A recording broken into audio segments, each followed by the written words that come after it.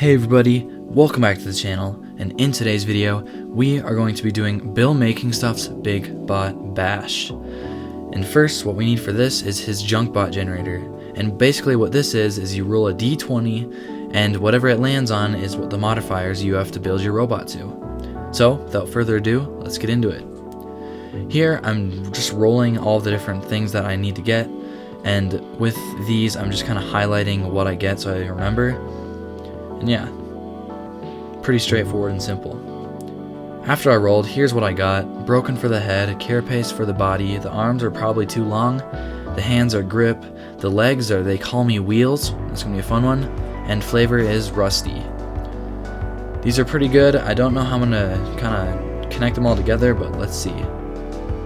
First, I found some wheels because I like to start from the bottom up, and I just took these wheels off an old like four-wheeler toy, and these are going to be the base.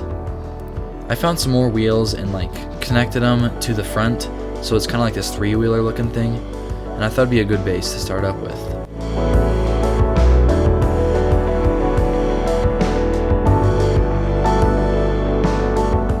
After that, here I just started to kind of hot glue some more pieces onto the chest to kind of build up his body.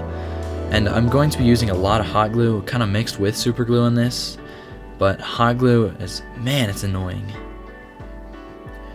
I just kept gluing on a few more pieces to kind of build up the body. Then I found this piece off an old toy, and I thought it would look great for his chest piece right here.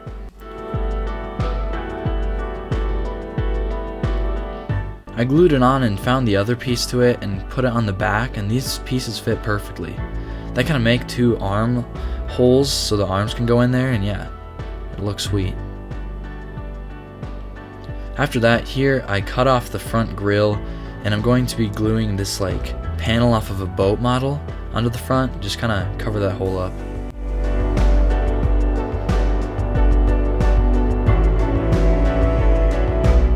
After that, I glued a bunch more to the body and chest, and I started gluing on some more armor panels to fill in some gaps from an old tank model.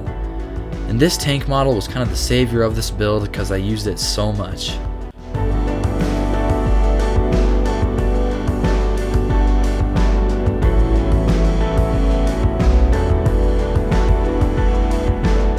After that, I kept gluing on a few armor panels, just kind of building up the chest and body area. I kept trying to follow the carapace modifier I got, just kind of layering up armor panels, and I thought it looks pretty cool.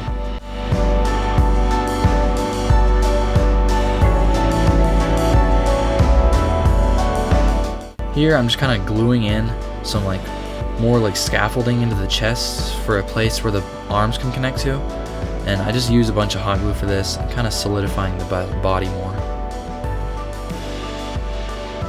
After that was done, here I'm taking some of the craft foam, and this stuff is so helpful for armor panels and stuff, and it's really flexible and super glue sticks to it well. So I'm just going to be using this to kind of fill in a ton of gaps, and it looks really nice.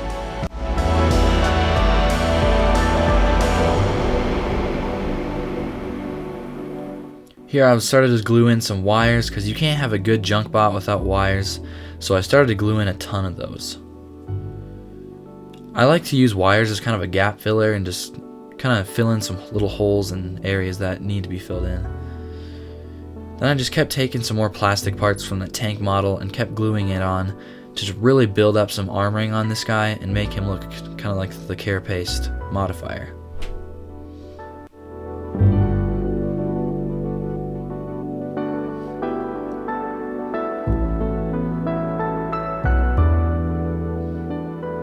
Once all that was glued on, he's looking pretty nice, but he needs some arms. So what I'm going to use for these arms is some bionicle pieces.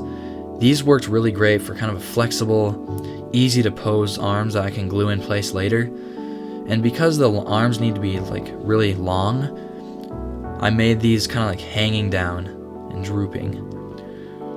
After I connected it into the body, I just took some more of that craft foam and started doing tons of layers of it all over the bionicle arm. This just really builds up that nice kind of metal looking texture, as well as giving him some new armor. After that, I found another piece of that tank model that worked perfectly as a shoulder pad, and it fit pretty sweet. so I'll be doing this on the other side as well. Here, just gluing in the other shoulder pad and filling in some more gaps with that foam.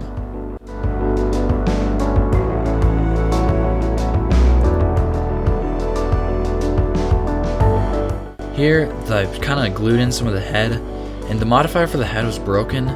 I didn't want him to not have a head, just kind of make it look like it was smashed in there. Here's the craft foam, just cutting it into all the nice little chunks, squares, and rectangles, and they're perfect for building armor panels. If you're in this hobby, you should definitely look into getting some of this stuff. Here I kept just kind of finished putting the foam on the arms as well as putting in some more wires, and he's looking pretty sweet. And here we're going to add some more wires. After he had a ton more wires put into his arms and stuff, for the hands I'm just going to be doing some Lego bits, and these are real Legos, sadly, but they work perfect for this. After the hands were done, I filled in some more with that craft foam, and it's pretty much done with the building. But rivets, rivets, rivets, rivets, rivets, rivets, rivets, rivets, rivets. Here he is, and we're going to put on some rivets. Boom. This really brought the whole guy together and made it look a lot more realistic. Rivets are such a good way to add more just depth to your model as well as some nice little details. What I used for the rivets too was these perfect little like half circle rhinestones for jewelry, and they worked perfectly. Now here I'm taking some Vallejo like effects paint, and I'm just going to be stippling this over all the like flatter armor panels. This just gives it some nice texture as well as making it easier for the paint to stick on. After that was done, I put on a little more texture paint, and he's pretty much ready to paint. The building process took forever and it was really annoying, but I really enjoyed it and eventually got it done. Now, let's prime this boy up. For the primer, I just used like a gray spray paint. I very lightly dusted it over him until it was a nice layer, making sure to keep all those nice little details on him. I had Rusty for a modifier, so I really wanted to make sure I got that. So here I'm going to be mixing like this really heavy wash of this brown and orange to make a nice rust color. After mixing all that paint together, I'm just kind of slathering it all over the guy, just making sure to cover every part of him because we need this boy Rusty.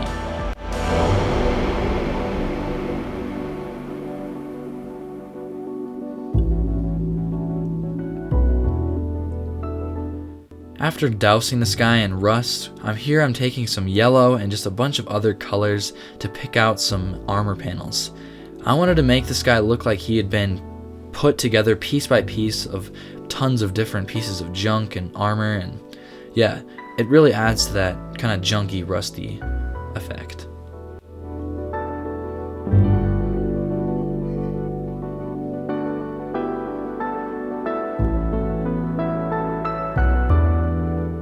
After painting armor forever, I took some white and black and started to go with the wires.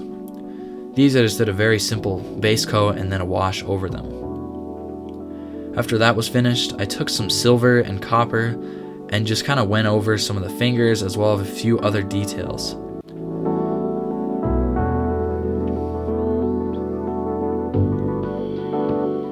After that was finished, here I'm taking like a sandy dry brush and just going over the whole guy. This really brings out some of those nice highlights as well as makes the whole guy pop. After the dry brushing, here I'm taking some streaking grime, and this is really helpful for getting that nice weathered rusty look. I just like to put a really heavy layer and just kind of douse it on, and then take a paper towel and rub off all the excess.